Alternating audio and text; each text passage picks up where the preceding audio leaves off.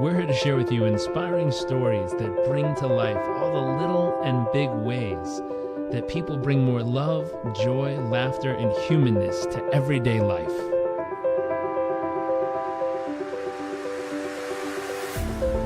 Our focus is the hunt for those little moments that refuel the human soul and reminds us what life is really all about. I invite you to sit back, enjoy the moments, enjoy the stories, the adventures, and the journeys.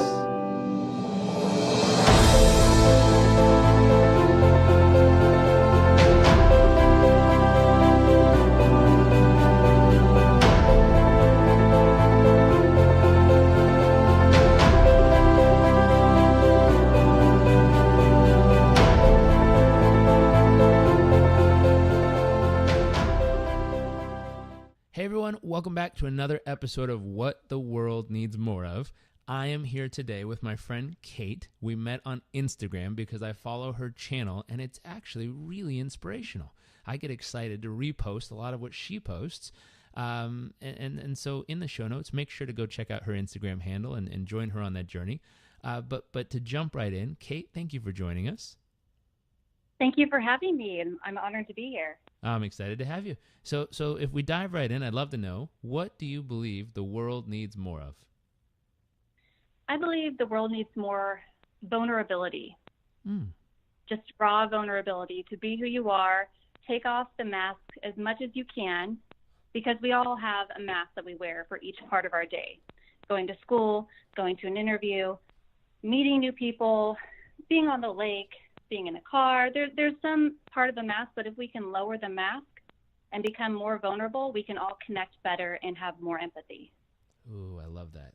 I love that. Yeah. I think what you're saying is so true. We have a perception of who we think we need to be in all these different situations. And so it's funny. It's taking off the mask, but then like with an S at the end of it, because usually most of us have about 12 of these things we wear depending on the scenario. Yeah. Oh, yeah. It's like outfits. So, you got to put on your tux for the fancy party, and then you got to put on your cool person thing for the group of friends, and then the beach one and the office one. And it's wild. I don't know if it's in any relation. I remember I was recommended to read a book by a guy named David Data who talks about, as kids, let's say there's a young boy who's super just open and loving and caring, and he goes to the sandbox and he sees this good-looking young woman or girl, and he goes, "Oh, hi." And as he's standing there saying hi, this mean-spirited boy walks behind him, just takes his head, shoves it in the sand, and he's a total jerk.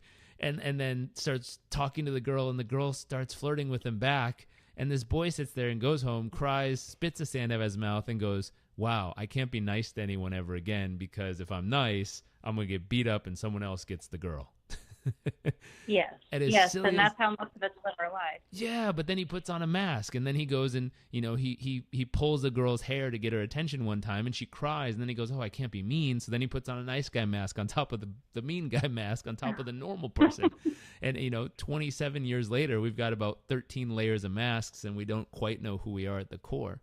I think it's true to delayer, to take those off, is so important. Now, with this thought, we want to know a little bit more about you and how you came to that conclusion. So I'd love to know, in your world, what do you believe your wow factor is? What makes you uniquely you? And what are some of the moments that help shape it? Well, what makes me unique is that I can build rapport with people very easily, because I've been through so many different situations in my life. Growing up in a very rough home, not very loving, to having really good people in my life that have guided me through school, through ex-step-parents, to friends, to people I haven't seen in a long, long time, and people like you that I meet through the internet that are so positive and inspiring and really genuinely love you and will guide you and be there for you. And some other moments and people that have helped me create who I am now is my meditation lady. I see her every week. We meditate, we focus on the self, centering, and not looking outwards, but looking inwards at why we feel the things we feel and react the way we react. And I go to therapy as well. through a few different episodes, therapy has been something that's been very, very useful for people over the years. Last episode we were talking to a good friend of mine from high school, and she was sharing, she is a mother, and it's her second child, but first time to actually mother the child, because her first one passed away while it was in her stomach in a full-term pregnancy. So she still had to birth the baby knowing that it was not going to be alive when it came out. That's hard. It caused depression, it caused frustration, it caused hurt, it caused anger, it caused sadness. And she said one of the best things that she did in that process was, one, play Pokemon Go, because it got him out of the house, as silly as it sounds. She's like, she even said it. She goes, this is going to sound stupid, but we played a game that allowed us to get out of the house and into the sunshine and into daily life without having to talk about our problems, without having to talk about the pain or uncomfort. It allowed us to walk around a park and look for some cute little animal we're trying to capture and not have to think about all the frustrations in life in that moment. And she said, too, she went to therapy, and she had someone to talk to. In every session she went to, she cried her eyes out, but she had a space to share and be and just really let out what was real and what was true. And she said it was one of the greatest gifts to have someone else provide that space for her and allow her to just let it out.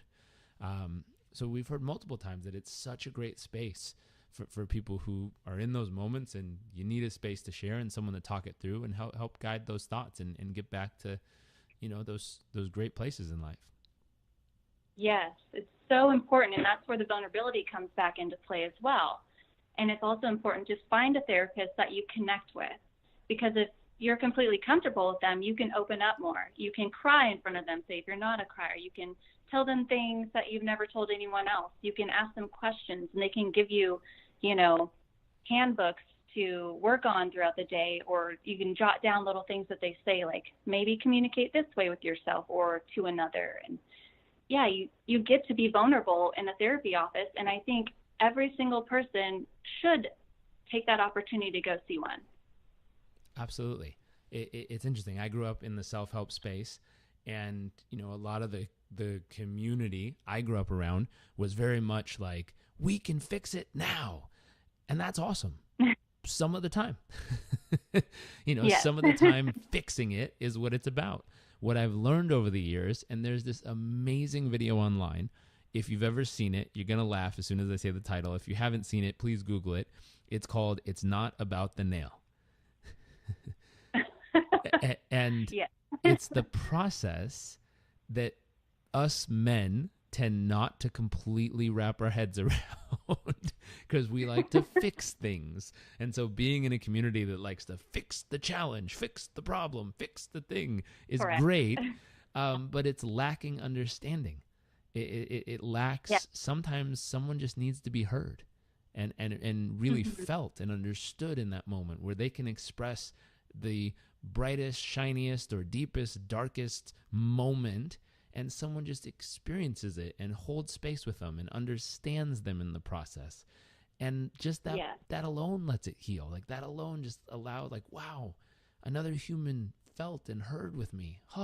Feels so much better. Now, women listening might be rolling your eyes and saying, duh. But for men listening, this is a super secret. Google It's Not About the Nail and learn how, in the moment where he just listens, it helps everything. Learn how to do that. It's really important. and I tell you, I'm not even great at it. I suck at it most of the time. But it's a constant area of improvement for my wife. Yes. A patience practice for her. And a breathing practice for me. Exactly. And breathing, I love that you focused, said hold and presence. space. Sometimes you just need to hold space, yourself or herself, and just be like, okay, I'm feeling these feelings right now, to just say, why aren't you listening to me? Or why don't we just do this?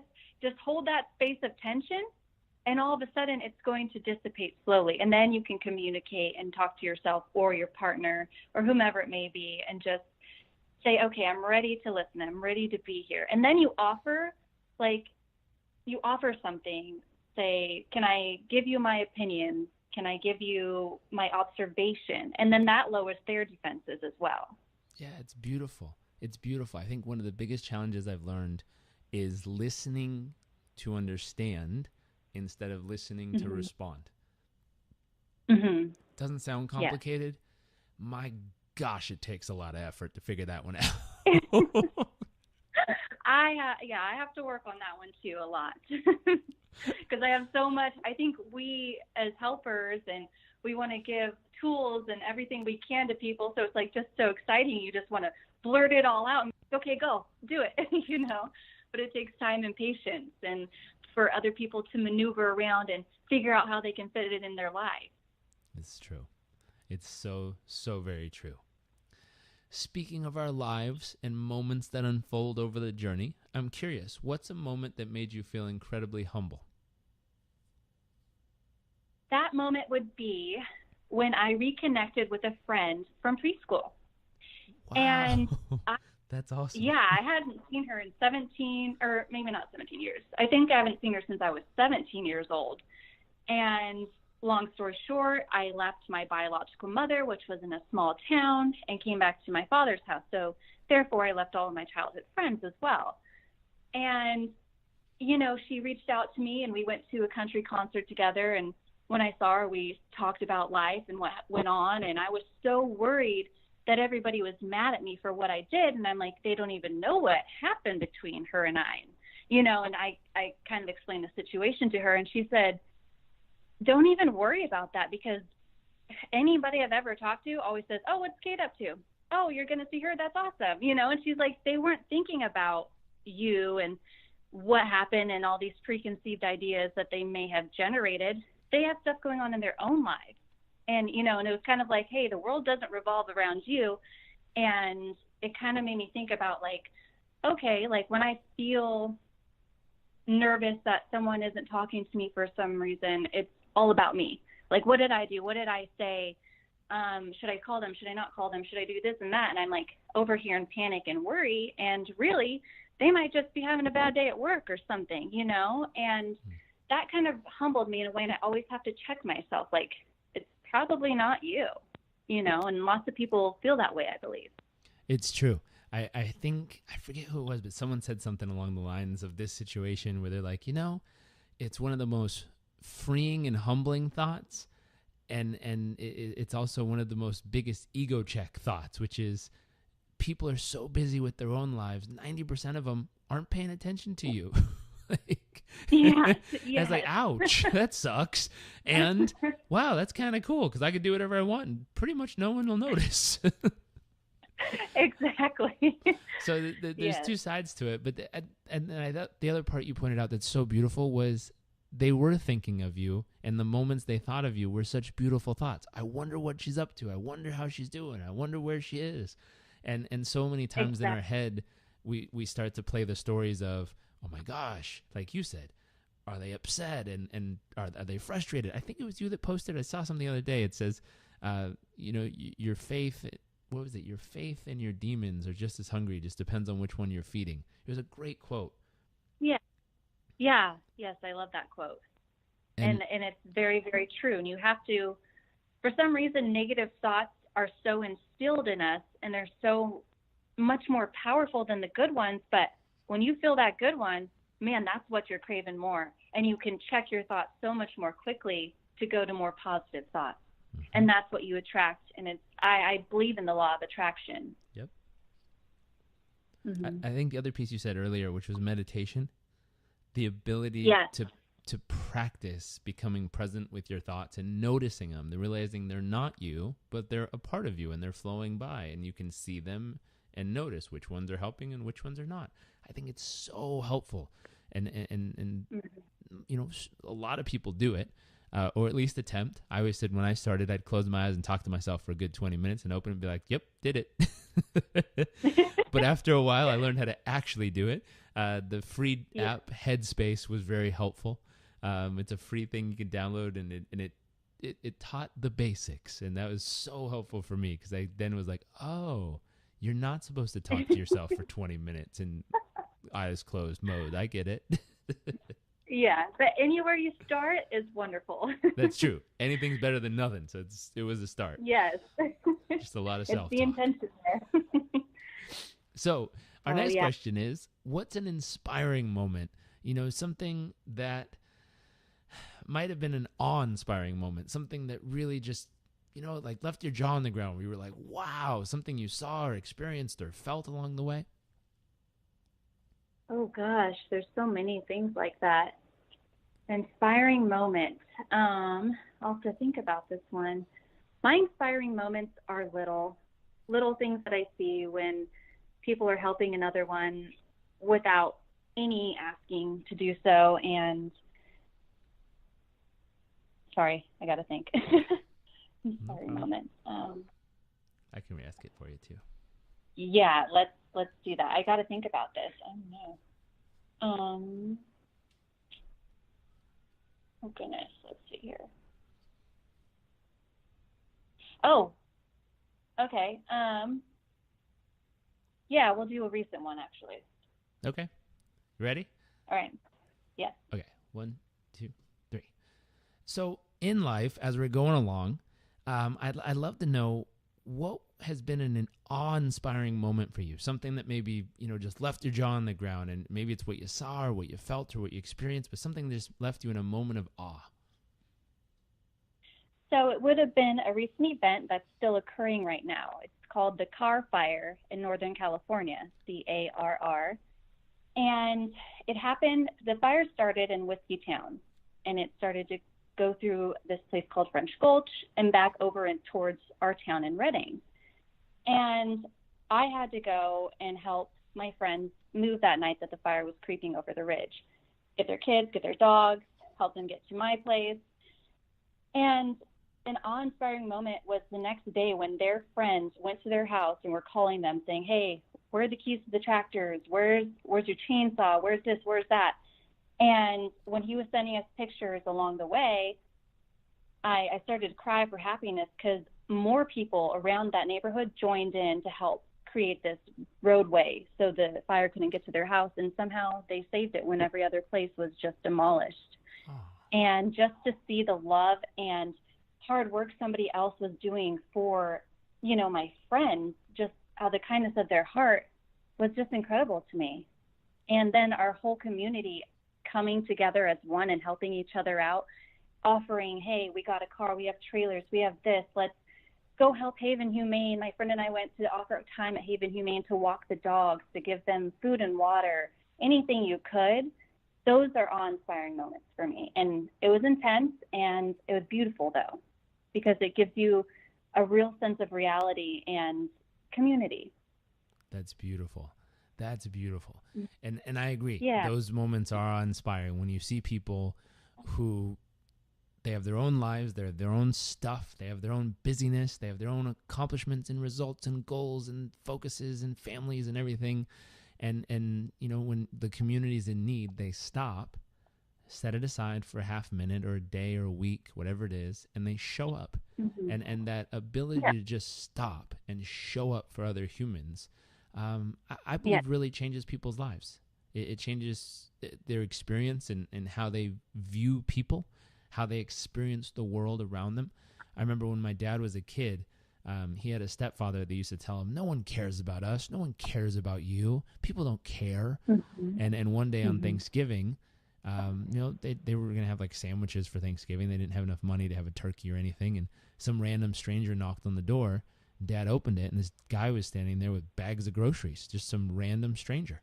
And I'll skip all the details of the story, but it inspired Dad to be like, hey, if someone cares about me, I'm going to go care about them. And, that's transpired to him focusing through his nonprofit and all this stuff of feeding millions and millions of people over the last 30-something years now. And so in that moment where you see these beautiful people stepping up and assisting, it's not only the people who are helping that are served through that, and they get to feel all those great feelings and emotions. It's the people receiving that's so beautiful. And then people like on here that are going to hear about it and observe it in some way, shape, or form. It's the realization that there is community. People care. If you give them an opportunity, if you give them a chance, they'll show up for you. You just have to create space for it. And it starts with the belief that people do care. You just got to give them a space to really show up for you. I love that. Yeah. I love that. I fully agree with that. I grew up the same way your father did. Just everybody is basically out to get you. Everybody's in for themselves. You can only rely on yourself, you know. And now I'm just like, oh my gosh, no, we're in this together. And I'm seeing and meeting and finding so many more beautiful people and things that they do, and so many more community activities that I attend. And I just see all the life that they give to each other and to the land. And it's beautiful. And they are there, and you have to become that to find it, you know. And even if you aren't feeling that way, like I wasn't for the longest time, you know, growing up in a home that was fear-based, basically. You think that there's not out there, but there are people that are still in my life that were there that whole time, and you have to stop and thank them and just be like, thank you for being there for me when I was at my worst or doing the same things over and over again. I appreciate you believing in me, you know? Mm-hmm. I think those are very special people, and it's the choice. Just last episode, my friend Juliana was saying it's those people who choose to love you for all of you. The bright, sunshiny, wonderful, happy, optimistic sides of you, and the beat up, tired, exhausted, frustrated, negative, pissed, angry, sad sides of you. When it's, you know, choosing to be there, and you have to be selective. I think givers tend to give until they literally run out and they're on empty and they've got nothing, and it's hard to give when your cup is completely drained and cracked now because it's over, it's done. So you gotta take time to fill up first and really get yourself, you know, filled with love and abundance, and take care of your basic stuff for your own life and family. But once you have enough, like, take time to spill over in the people around you, and pick and choose, but choose to be there for people at their best and their ugliest moments. And it's amazing what it does. Like your experience you're sharing now, it transforms their life, and they look back and go, oh my God, they were there. They did care. Wow. How cool. And obviously you can't do it for everybody, but pick at least one person throughout, you know, your lifetime. If you're listening to this, and at least do it for one, and it'll make a difference. It'll all stack together. Speaking of fear, a little bit different question here. What's your greatest fear? Oh, it's one I'm working on still. And my greatest fear is failure. And I think that's a common fear to everyone. It's the fear of, you know, I'll fail at school. I'm going to fail at life. Well, what if I fail at this job?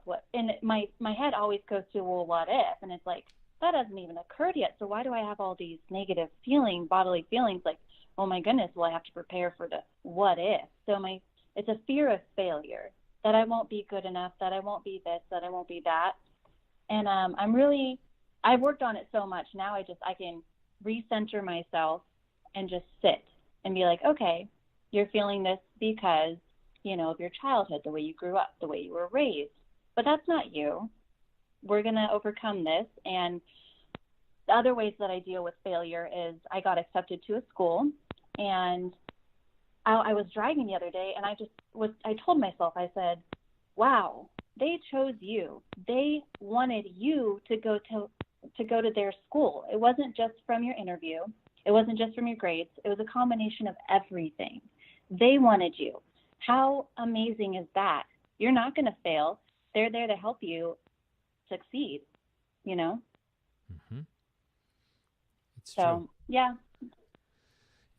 Failure would be a big one. I like what you said, the ability to recenter yourself, the ability to recognize the origin of the thought. So many people try to fix the symptom instead of the cause. And if you fix the symptom, it just keeps happening. There's a old story, and I don't even know where it came from, but it's, you know, a couple who are both doctors walking along the river, and as they're walking along the river, they hear help, help, help. And since they're both doctors, they look into the river and see this person who's waving their arms in the air and drowning, and they go, oh my gosh, let's go, honey.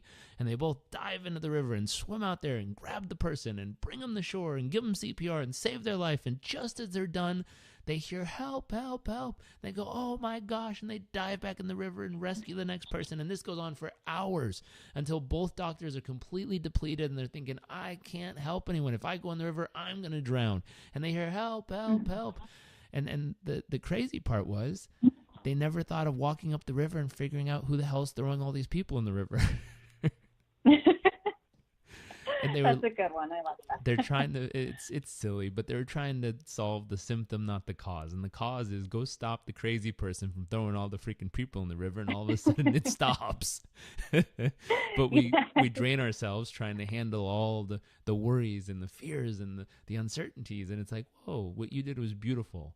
Recalibrate, recenter, and then ask, what was the cause of this? And if I can go back and fix the cause, hey, the future doesn't have to be every 10 days wrestling with this same thing that's been around forever. I can adjust the cause a little, and all of a sudden, wow, whole new me, like whole new experience there. That's beautiful. What a great way to handle it. Exactly. Yes. I deal with anxiety and panic attacks. I've dealt with it all my life, and you really have to go back to the roots. Anybody who has this disorder, you have to go back to, okay, what was I thinking? What did I eat or drink today? Was it acidic? Was it caffeine? Was it sugar that I'm feeling anxious right now? Was I thinking of a negative situation? Was I thinking of the future or the past? And then you also have to think about your amygdala in the brain. It's your memory center, and it's your fear-based center. And so if it says, whoa, we've been in this situation, sometimes subconsciously you react. And so you have to talk yourself out of it. Talk yourself out, okay, I'm feeling this symptom in my body. What's going on? It's just my brain. You have to talk to yourself. And just like you have to talk to yourself about your fears, like my fear of failure. Okay, well, what's going on, Kate? Let's recenter. Let's figure this out. Unless if you do that, you're not going to get anywhere, and it's going to continue and continue. It's true. It's true. Speaking of continuing and thinking about the future, hopefully this will be more exciting than that. What are you most excited about in your future? Traveling. I'm excited to travel more. I love traveling. I've been to, I don't even know how many states I've been to in the United States. But I'm going to be a traveling stenographer, kind of like a traveling nurse. And I want to hit all of the states that I've never been to, and I want to see if there are positions open in other countries as well. How so cool. That would be, I think, I forget what it's called. There's a vessel. It's a giant ship. I don't know what it's called. I've seen it, though. It's a giant white ship with the red cross, like the red cross symbol on it. It's not. I don't think it's the Red Cross, but it's filled with doctors and nurses and physicians and helpers, that when something major happens in the world, this ship literally deploys to go there, and then they land, and it's like a gigantic hospital to help everybody who's in need locally. Really? I forget what it's called, though. I've seen it because I remember staring at it being like, what the heck is that? Really? We'll have to Google that then. That sounds really interesting. Yeah. I mean, it might be a neat option. The other thing I would throw out there, and this is an interesting one, depending on how you want to travel and what parts. I did something in college called Semester at Sea, and it's a one semester, so 3 months or 110 days, and literally the ship goes all the way around the world. And so you study on board, and you take your classes, the professors are on board, and they switch every semester, so it's different professors, different students. But every trip, they always have, I believe, at least a nurse, possibly a doctor on board, because you got like 700 and something students. So they need someone on board always helping. Might be an interesting option too, depending on how you want to travel. I think over all the years, some of the most beautiful people I've met, and just put me in tears because of how much they were just helping. I remember meeting a nurse from Canada who went to Uganda to volunteer in the orphanage once a year for a month, and would just sit there with all the little orphan babies and help as many as she could in all the ways she could. And it was so beautiful. Heartbreaking because of some of the stuff she shared of the orphanage didn't have a whole lot of money, so if they couldn't afford the medicine to help the child, like the child was just out of luck at that point. It's just like, and she was telling me, I was like, how much is the medicine? She's like, $2. I was like, no, I can help. Let's do this. And she's like, yeah, but it's systemic. Like, you got to do more than just drop some money. Like, it's a process you got to work out here. But she comes back every year, and it was so beautiful seeing all the little pictures and stories she had and how much of a difference she was making. So what a beautiful adventure. How fun is that going to be? Oh man, to make a difference in people's lives is the best thing you could ever do, especially when they're in that type of need. So I would definitely look into that. Thank you. Of course, one of my lifetime heroes was Albert Schweitzer, and his story is amazing. I mean, he was this world-renowned pianist at one point when he was in his youth, and he was traveling the world, and everyone knew who he was. And he took this trip to Africa, and he saw the need that people were having in that part of the world at the time, and decided to come back and become a medical doctor so he could go and help. And then he literally spent the rest of his life going back and forth, just helping. I'm like, how cool is that guy? That is, and it just shows you can be anything you want to be, you know? That's incredible. Yeah, he's one of my heroes. Lifetime heroes right there. Switching sections to our next part of this conversation. We're going to switch into something we call the nuts and bolts, which are the practical, tangible, applicable things, which there's been a lot you've shared so far, so thank you for that. Mm-hmm. And in this next part, we're going to start by asking, where do you focus the majority of your thoughts and time and life each day as of right now? Majority of my thoughts. Everything I think about comes back to the self and how I can rewire my thoughts and my feelings so that I can be more applicable in the world and to help other people and to communicate better and to learn to just be. So some tools I have are I do some breathing. Okay, I got it. Can you restate that again? 1, 2, 3. Yeah. Okay. So to start off with, where do you focus the majority of your thoughts and time in life each day as of right now? I focus my thoughts every day on the law of attraction. I always wake up and I put a smile on my face. And starting right off the bat, I say something positive. I want to look in the mirror and tell myself 3 things that I am going to promise myself that I'll do that day, or something I've accomplished. And I go out and I focus on centering myself and rewiring my brain to say, okay, look at everything optimistically, be open and empathetic. I want to be more applicable to my life and other people's lives, and to be able to communicate better and work more interdependently with everyone. And that's honestly what I do every single day with every encounter I have. That's awesome. I think there's an evolution there too, because you talked about when you were younger and going through a difficult time. A lot of times we get stuck just being frustrated and upset, and I don't want to put words in your mouth, but I've noticed and experienced myself, it feels unfair and unjust, and why me, and like, oh. And there's a beautiful part of the evolution that naturally happens, which is when we start to do what you're doing here, which is putting a smile on your face, figuring out what's right or what's good about the situation. Where's the optimism in this moment? And how am I going to prepare to really connect with others, to be empathetic towards them, to, put a little goodness or sunshine in their world? And the moment that starts to shift, all of a sudden, it's weird, but when you're taking time to give that kind of life and love and energy and sunshine and goodness to other people, the fun part is you get to experience it all yourself, which is magical. Exactly. Yeah, sometimes I see someone and, you could just see physically or just feel that they're kind of in a depression type of mode, or they're just angry. And instantly my first initial reaction is to just say something funny or smile at them or start talking to them, compliment them, just because I just want to throw that out there. I don't know what they're going through. And then it also makes me think, what were you just thinking about? What does your body language look like? I want to be a light to anyone that sees me or talks to me, and I want them to feel good. That's awesome. How cool. Now, speaking of this, I'm going to go out and say, from my experience and perception from Instagram and all that you're posting, you're doing great. Yeah. You're putting great stuff in the world. And I don't remember how I crossed paths with your channel. I think someone posted something from you and I clicked it and found you. I was like, well, this is awesome. and I followed your channel and started reposting some of your stuff because it was that great, and I was loving it too.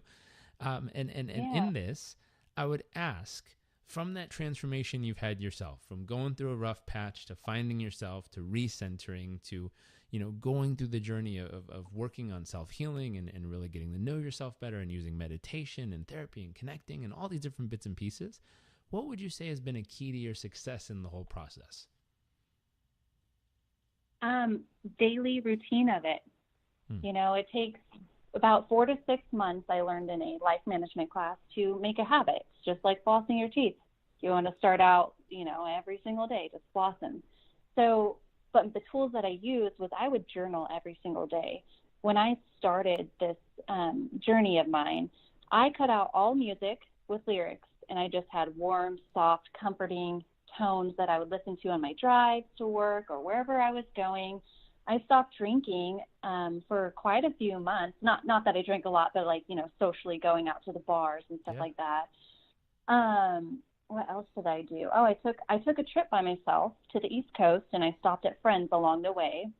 And you have to start doing things like that. And journaling is a big thing. Sometimes you just write down the facts of what went on that day or your symptoms or whatever it may have been, or you can just write anything you want and you can go back through it if you want. You cannot go back through it. You can burn it. You can throw it away. But just getting it out in some way really helps. It's almost like a therapist. That's awesome. I read something in a book by a Harvard psychologist that said if you journal for 30 days and each day just write down 3 good things from the day, that's it, and just do it every day for 30 days, it's scientifically proven to improve your overall happiness and perception of your life. And I was like, well, that's pretty cool. Like 30 days every day, like you said, it takes, you said 4 to 6 months according to that class to build the habit. But if you just gave yourself a 30-day challenge of writing down 3 good things a day, it could change your life. I know there's also research from Stanford that said if you take one of those 3 things and you write 5 things that make it special to you, it'll amplify the good feeling even more.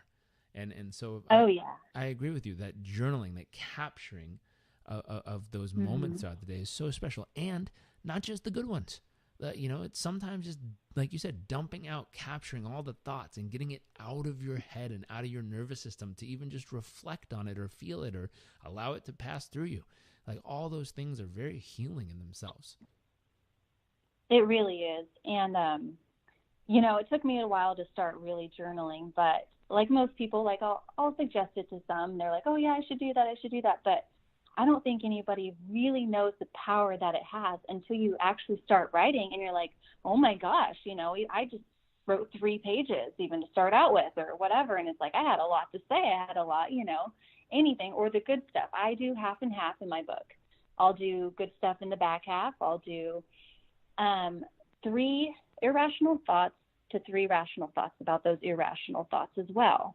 Just little things you can challenge yourself with daily. And on, my calendar every day, I will write down something like smile or, lift your chin up, stand up tall. And so you can remind yourself going out the door, like, oh yeah, stand up tall. Let me smile when I go out the door. Like anything, it just makes you happy. It lifts your mood. I love that. I love challenging the irrational with rational. Yes. Oh, yeah. It speaks to me. We have a lot of irrational thoughts. It's true. And I think, again, even going back to the meditation, the ability to recognize it's irrational, it goes back to like one of those quotes. Is this kind? Is it necessary? Is it true? Like the ability to just stop for a half second, take a breath, and question the thought. It's wild how much of adventures our brains go on if you just let it do its own thing randomly. And I used to have this with the most random stuff in the world. Like a certain person would call and I'd see their phone number and go, and my brain would just go on a field trip of all the crazy random bad stuff that might be coming. And then I'd answer it and they'd be like, oh, hey, I was just thinking about you. I'm like, phew, thank God. And it's so silly, but our brains do this shit all the time. So I like the ability, you said, capture that thought, notice it's irrational, and challenge it with 3 rational thoughts to replace it. And if you do it enough over time, eventually, I would assume that you'd have the thought and then go, well, wait a minute. And you'd remember the 3 other things you linked up to it in the past, and it would start to counterbalance. That's beautiful. What a great thing to do each day. Yes, yes. Okay. Definitely take these and utilize them. That's true. Okay, our final question. What's one actionable tip to help others achieve or experience this kind of success in their life? Now, we've already covered a ton, but this is kind of the one thing. If they listen to this one piece and they took it and they just started doing it each day, we just want to give them something tangible that they can take from here and they can go try for 5 days, 10 days, 30 days, however long they choose to. I would say something like, I just recently started doing this. I put my hand on my heart. You can put your hand there and then your other one on your stomach, which is your solar plexus, or your third eye, which is right in between both of your eyes, and tell yourself how much you love yourself, how in love you are with yourself, and how much you appreciate yourself.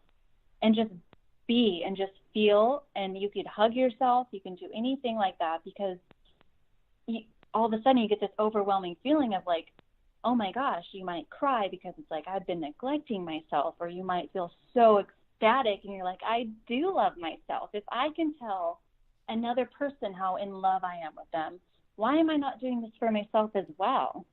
We're living in this body. We better take care of it and we better appreciate it. So I would say just hold yourself and tell yourself how much you love yourself for a few nights, every single night when you go to bed. I love that. Hand on your heart, the other hand either on your third eye, forehead, or down on your stomach, and taking time. Yeah. One thing that might be a little addition, look yourself straight in the mirror. Look at yourself, notice yourself. I think it might help. Some people it might be harder or easier for others, but notice yourself. And like you said, give yourself that big old squeeze and hug, really connect and feel it. Or close your eyes and just see yourself and connect with yourself. But I love that of feel it and then really, truly tell yourself what you appreciate about yourself, what you love about yourself, and take time. I've known for the first couple times are usually the hardest. And sometimes you got to say it like 5 or 6 times, because the first couple times your brain's like, yeah, I get it. And wants to deflect it or defend it or ignore it or, yeah, I got it, brush it off. And so if you say it a few times, then slow down a little and just keep saying it like, I love you, I appreciate you, I love you, I appreciate you. Eventually you'll feel it. And like you said, there'll be a moment where it hits and all of a sudden it's like, oh, I was like, whoa, and you feel it. And that's so special. What a great tip. I love this tip. Yeah. We neglect ourselves so much, and we really don't think about how much we do neglect ourselves. And that simple little thing, like you said, do it a couple times and really just breathe into it so you're there with your body and your thoughts aren't going crazy everywhere else. Just breathe into yourself, a deep belly breath, and say, I love you, whatever your name is. I love you and I appreciate you, and you are worthy and you are good and you deserve all the love. How powerful. Well, thank you for joining us on this episode. Thank you. Yes, thank you. I really appreciate you having me on here. It was great to speak with you. Of course. We hang out on Instagram all the time, so it's nice to finally connect over the phone here. It is. Yeah, I know. And to share the conversation with all these wonderful people who decided to tune in. And for everyone who tuned in, thank you for spending a little life and love with us. If you're enjoying these episodes, make sure to click subscribe. Make sure to share it with someone you care about. I always say sharing is caring, and we love caring people around here, so make sure to share. And for everyone who's tuned in, thank you so much for joining us again, and we look forward to seeing you next episode.